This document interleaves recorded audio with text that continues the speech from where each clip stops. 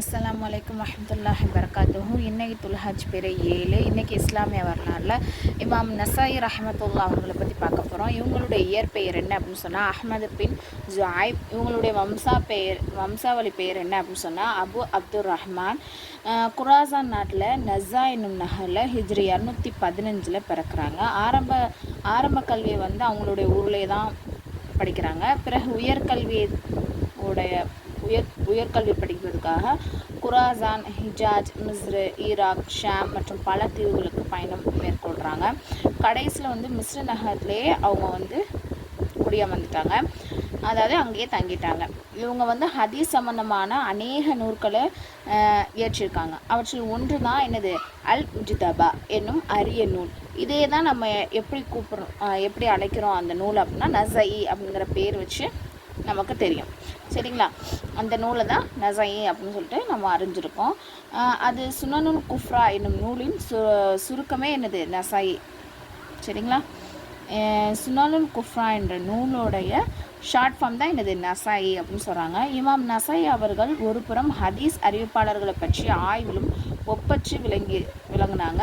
அல் முஜ்தபா என்னும் நூலை படித்தாலே இவருடைய திறமை நமக்கு விளங்கும். அதில் ஒரு ஹதீஸ் பல இடத்துல சுட்டி காட்டி அதற்கு மாறுபட்ட பல தெளிவுரைகளை வழங்கியிருப்பாங்க. அத்துடன் இவர் பெரும் வணக்கசாலியாகவும் உலக பற்றற்றவராகவும் இருந்திருக்காங்க. இரவு நேரத்தில் வணக்கத்தில் கழிப்பதும் இவர்களின் அன்றாட நிகழ்வாகும். ஹிஜ்ரி 302 ஆண்டு துல்காதா மாதம் மிஸ்ரிலிருந்து கிளம்பி பலஸ்தீன் சென்றடைந்தார்கள். ஹிஜ்ரி 303 ஆண்டு திங்கட்கிழமை வஃபாத்தாராங்க. இன்னா லில்லாஹி வ இன்னா இலைஹி ராஜிஊன். அல்லாஹ்வின் ஆற்றல் பல்வேறு விதத்தில் தண்ணீர் இறங்குதல். அல்லாஹுடைய வல்லமையை நம்ம பார்த்தோம்னா ரொம்பவே ஆச்சரியமாக இருக்கும். சில நேரத்தில் மேகம் எதுவுமே இல்லாமல் பனித்துளைகள் மட்டும் தண்ணீர் பொழிய செய்கிறான், சரிங்களா? அதனால் தாவரங்கள் நனைந்து என்னது சுவைமிக்கதாக இருக்கும். சில நேரத்தில் சூரியன் வெப்பத்திலிருந்து அவற்றுக்கு பாதுகாப்பும் கிடைக்கிறது.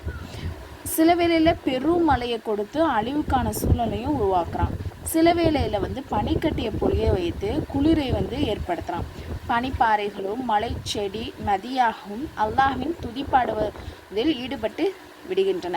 வானத்திலிருந்து பனித்துளி, மலை, பனிக்கட்டி ஆகியவற்றை பொழிய செய்து பருவநிலைகளை அல்லாஹாலா அவனுடைய வல்லமையினால் மாற்றக்கூடியவனாக இருக்கான். இதுவே அல்லாஹுடைய மிகப்பெரிய வல்லமைக்கு ஒரு சான்றாக இருக்குது. ஒரு ஃபர்லை பற்றி நபிகளாரின் இறுதி அறிவுரை.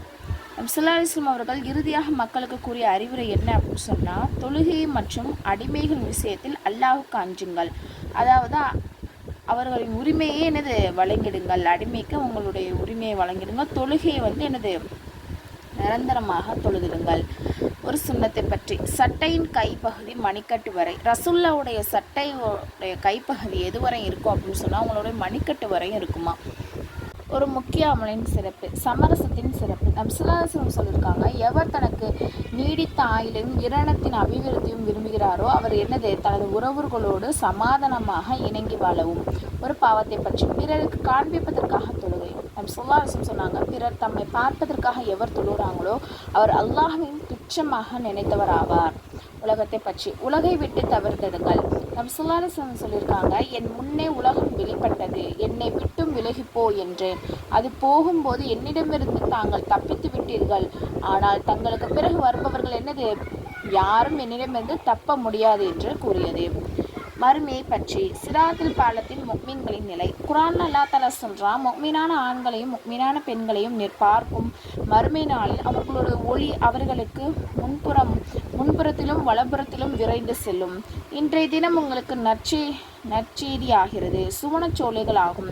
அவற்றின் கீழ் ஆறு ஓடிக்கொண்டிருக்கும். அவற்றின் நிரந்தரமாக இருப்பீர்கள். அது மகத்தான வெற்றியாகும் சொல்லிட்டு சூரத்துல் ஹதீத்ல அல்லாஹ் தஆலா சொல்றான். இன்ஷா அல்லாஹ் இன்னைக்கு நீங்கள் தெரிஞ்சுக்கிட்ட விஷயத்தை உங்களுக்கு தெரிஞ்சவங்களுக்கு ஏற்றி வைங்க. அஸ்ஸலாமு அலைக்கும் வரஹ்மத்துல்லாஹி வபரகாத்துஹு.